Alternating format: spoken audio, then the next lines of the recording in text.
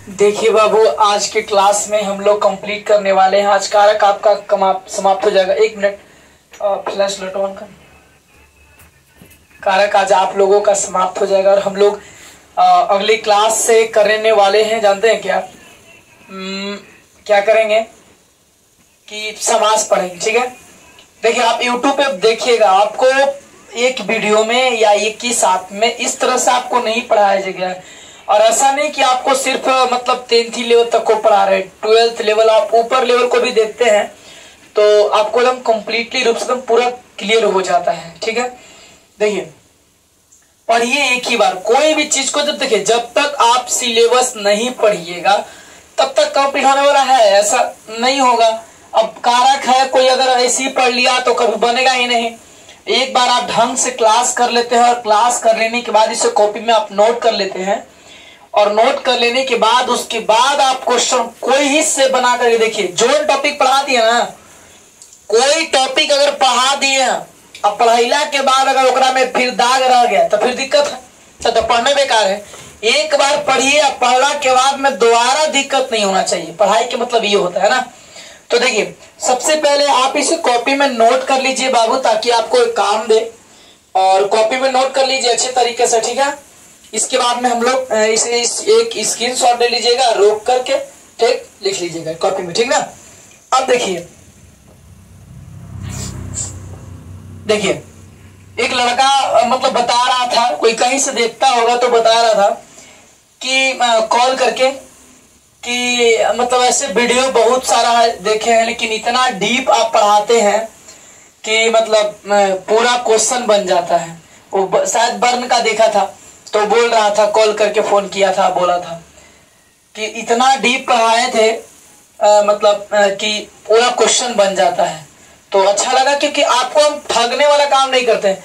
कुछ लोग सिर्फ अच्छे अच्छे टॉपिक को लेकर के आते हैं, उसी टॉपिक को पढ़ाते हैं, पढ़ाने के बाद में अपना क्लास मतलब फिर वैसा नहीं।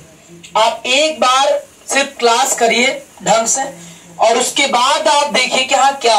और ऐसा नहीं कि केवल आपको ग्रामर ही पढ़ाएंगे, पूरा चीज आपको पढ़ा देंगे। ठीक है, आइए तो हम लोग आज क्लास कंप्लीट करने वाले हैं संबंध कारक। ठीक ना, तो संबंध कारक में क्या कहता है, नाम है देखो ना, संबंध है। जैसे हमारे और आपके बीच में भाई बहन का संबंध हो, है ना, किसी का पिता पुत्र का संबंध होता है, किसी का बेटा बेटी का संबंध होता है, बेटा बेटी का नहीं, भाई बहन का, पिता पुत्र का, है ना, पति पत्नी का संबंध होता है, गुरु शिक्षक का, ये शिष्य और गुरु का संबंध होता है। ठीक है, आइए तो संबंध के मतलब होता है रिलेशन। क्या होता है? रिलेशन, यानी कि संबंध होता है।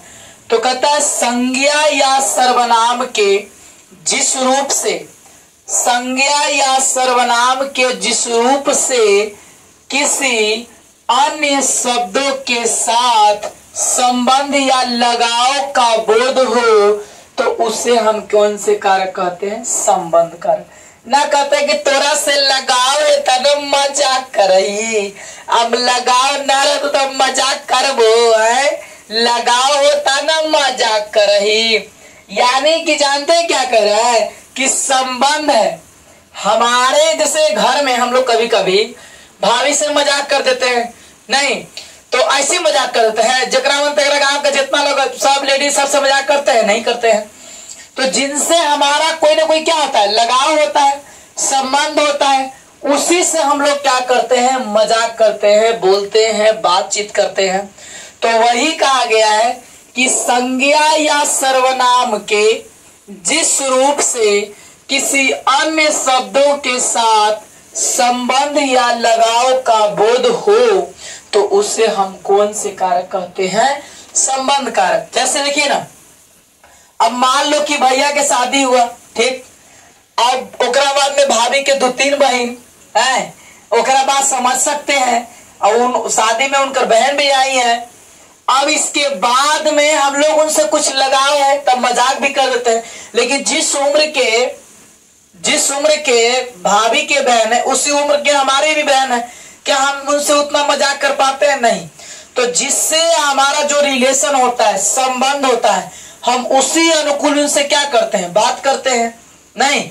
ठीक है, तो वही बोला गया है क्या कि क्लास में देखिए ना क्लास में कोई कोई ऐसे टीचर होते हैं या कोई आपका ऐसा दोस्त होता है जिससे आप बहुत ज्यादा क्लोजली हो जाते हैं। अब कोई दोस्त ऐसा होता है कि थोड़ा सा कुछ बोलना पे वो थोड़ा सा चिढ़ाने लगता है।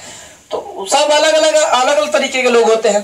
तो जिनसे जैसा संबंध होता है, जिनसे जैसा लगाव होता है, वही बोला गया कौन कारक, संबंध कारक।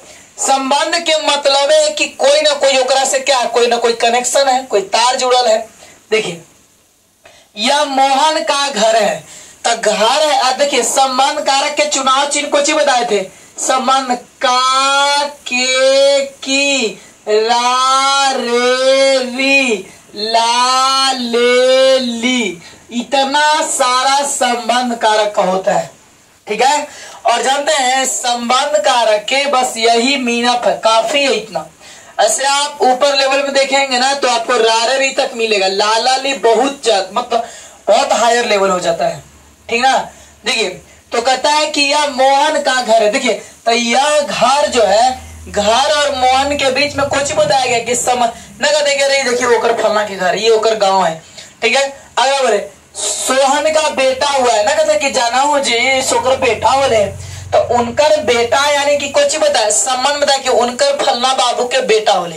ठीक है, सोहन को बेटा हुआ है, तो सोहन को बेटा से कौची है, संबंध है। एक में कोची है, को।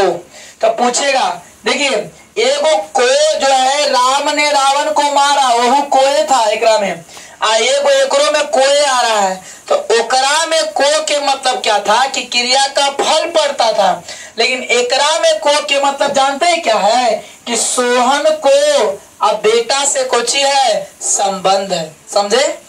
अब देखिए यह सीता का घर है, तो देखिए ना सीता और घर के बीच में कोची बताया गया है, संबंध बताया गया है कि ये जो घर है ना इस सीता का घर है ना। कहता लेकिन अरे देख यही रास्ता से गुजरा ही है कि फल्ला के घर है, चिल्ली के घर है, ओकरे घर है।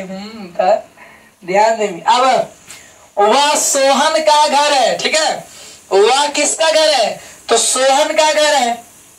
खाली घरे वाला एग्जाम्पल है, नहीं बोलते हैं कि यह मेरा पेन है, तो पेन को मेरे बीच में कुछ बताया गया, संबंध बताया गया। यह उसका बाइक है ना, यह उसका मोबाइल है। बहुत सारे संबंध जेकरा में कोई रिलेशन बता दे ना, कहते मत छो भैया के घर ही आओ, दे दो तो पटक पटक के बड़ी मार मारते, यानी कि घर या भैया के कुछ है संबंध है ना। कहते हैं अरे ये भैया के शर्ट पहन ले लिए, वो देख ले तो ना तो शर्ट खरवा देते है ना। तो उस सटा और भैया के बीच में कुछ बताया गया है, संबंध बताया गया है। देखिए अगला नंबर है क्या, अधिकरण कारक। कौन कारक है, अधिकरण कारक। तो जिससे क्रिया का आधार जाना जाए। जानते हैं कोई काम हम लोग करते हैं तो उसका आधार होता है ना, तो वही बात बोला गया कि जिससे क्रिया का आधार जाना जाए तो उसे अधिकरण कारक कहते हैं। जिससे क्रिया का क्या जाना जाए बउआ, आधार। आधार मेन जाना, मेन बात। जैसे कि कोई काम आदमी करता है तो उसका मेन मकसद होता है कि काम करने का उद्देश्य क्या है। ठीक है, जैसे हम आपको पढ़ा रहे हैं तो हमारा पढ़ाने का उद्देश्य यही कि आपका अच्छा नंबर आए, और आप पढ़ रहे हैं क्या, तो पढ़ने का आपका उद्देश्य क्या है कि आपको अच्छा नंबर आए। यानी हम दोनों मिलकर क्या कर रहे हैं, मेहनत कर रहे हैं। किस लिए, ताकि रिजल्ट क्या हो, बेहतर नहीं बल्कि बेहतरीन हो। ठीक है, अब देखिए तो वही बोला गया है क्या कि जिससे क्रिया का क्या जाना जाए, आधार जाने। भाई पंखा लगाते थे कौन कोई मकसद होता है ना, काला गर्मी लगा वही वो रखा लगाते हैं कि ताकि हमको गर्मी में क्या पहुंचाओ, राहत दे, सुविधा दे। ठीक है, तो वही बोला गया कि जिससे क्रिया का आधार, कोई काम करते हैं ना तो उसका अगर आधार जाना जाए तो हम उससे कौन कारक कहते हैं, अधिकरण कारक कहते हैं। कौन कारक कहते हैं, अधिकरण कारक कहते हैं। जैसे कि वह घर में रहती है, तो जानते हैं हम बोले कि वह रहती है तो कहाँ रहती है, वह रहती है तो कहाँ रहती है, तो घर में रहती है। तो अधिकरण कारक के जानते हैं, चुनाव चिन्ह को था अधिकरण में पर। अधिकरण क्या होता है, में पर। तो अधिकरण में है क्या, जिससे हम लोग कॉपी पर लिखते हैं, तब पर आया ना कि मैंने लिखने का काम हम लोग कोची पे करते हैं, तो कॉपी पर। सोहन कुर्सी पर बैठा है, तो परल है, अधिकरण कारक हुआ ना। बोलेंगे कि वह आम के पेड़ पर चढ़ा हुआ है, तब पेड़ पर है ना, पेड़ पर है ना। तो पेड़ पर जब आया तो कौन कारक का प्रयोग हुआ है उसमें? अधिकरण कारक का। कौन कारक का? अधिकरण कारक का। देखिए अगला नंबर है, वह हमारे घर में सोया था। अब देखिए ना, अब वह हमारे घर में सोया था, तो सूतल था तो केकरा मैंने कोची में, घर में आ रहा ना। वो सोया था तो कहां सोया था? घर में सोया था। अगर ऐसा क्वेश्चन में आपको क्वेश्चन देगा कि राम है ना, राम बाइक पर बैठा है, इस वाक्य में कौन से कारक का प्रयोग है? तो देखो पकड़ना पहले कि अधिकरण कारक क्या करता है? में पर यानी क्रिया का आधार समझिएगा। जैसे हम लोग जमीन पर चलते हैं या हम लोग जमीन पर टहलते हैं, आसमान थोड़ी टहलते हैं, हम लोग जमीन पर टहलते हैं, तो क्रिया हम लोगों का चलना जो टहलना काम है वो कहाँ हो रहा है? कोई आधार है ना, जमीन, तो वही बोला गया है। अगला संबोधन कारक, तो संज्ञा के जिस रूप से किसी को संबोधित करने या किसी को बुलाने या किसी को पुकारने का क्या हो, बोध होगा ना, तो उससे हम लोग संबोधन कारक करते हैं। लेकिन नामे है संबोधन। क्या नाम है? संबोधन। तो जानते हैं संबोधन के मतलब होता है कि संबोधित करना, ठीक ना, यानी कि किसी को बुलाना या किसी को पुकारना। या कोई प्रोग्राम फंक्शन नहीं होता है, तो कोई जब प्रोग्राम फंक्शन होता है तो ओकरा में देखिएगा कि जब कोई प्रोग्राम फंक्शन होगा तो आप उसमें देखिएगा ना, ये होता है कि अब हमारे बीच आने वाले हैं ये, है ना, सभा का संबोधन करेंगे, या फलाने बाबू आने वाले हैं और अब 2 बात को कहेंगे। इस तरह से बोलते हैं ना, 15 अगस्त 26 जनवरी में बोलते हैं। या याद कर, ये नाच प्रोग्राम होता है, कैसे कहता है कि अब आपके बीच आने वाले हैं मिस, या करते हैं ना से। तो वही है कि संबोधन कारक में क्या कहता है कि संज्ञा के जिस रूप से किसी को संबोधित करने का या किसी को बुलाने का या किसी को क्या करने का, पुकारने का जब बोल होगा ना, तो हम उसे कौन कारक कहेंगे? संबोधन कारक कहते हैं। कौन कारक कहते हैं? संबोधन कारक कहते हैं, ठीक है। और देखिए इसमें क्या कहता है कि जैसे हे राम, संबोधन कारक का चिन्ह जानते हैं क्या होता है? हे, हो, अरे, अजी, अहो, इतना सारा कौन कारक का है? संबोधन कारक का है, ठीक ना। संबोधन कारक का चुनाव चिन्ह कुछ है, हे, हो, अरे, अजी, अहो, इतना सारा आता है कौन कारक में? तो संबोधन कारक में आता है। जैसे बोले हे, अहे ना, बोलते हैं अहे, है ना, अहो, इस सब करके आपको शायद बताए होंगे, ठीक है।